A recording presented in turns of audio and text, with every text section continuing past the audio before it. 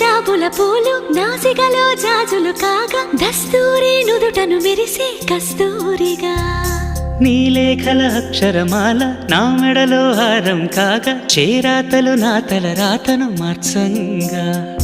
నువ్వు రాసిన ఈ ఉత్తరమే నా మనసుకు అర్థంగా నువ్వు చేసిన ఈ సంతకమే మన ప్రేమకు పసుపు కుంకుమ అర్థంగా గంగా నిజంగా నువ్వే నాలో సగభాగంగా నీ ఉరుకులే రాగా